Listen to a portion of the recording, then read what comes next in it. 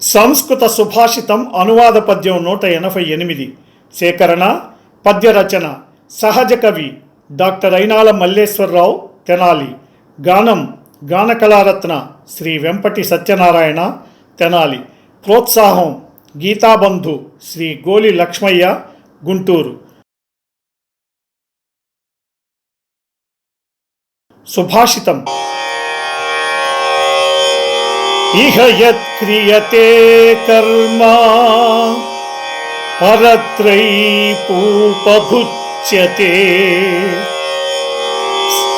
సిక్తమూలస్య వృక్షస్య ఫలం శాఖా సదృశ్యతే.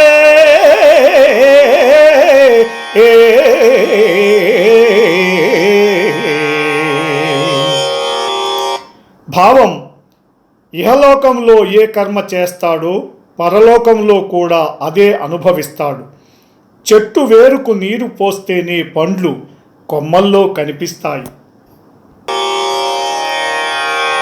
ఎట్టి కర్మను చేయునో ఇహమునందు అట్టిదే పరలోకమందు అనుభవించు. చెట్టు వేరుకు నీరు పోసినను గాని ఇమ్ముగా పండ్లు కనిపించు కొమ్మలందు.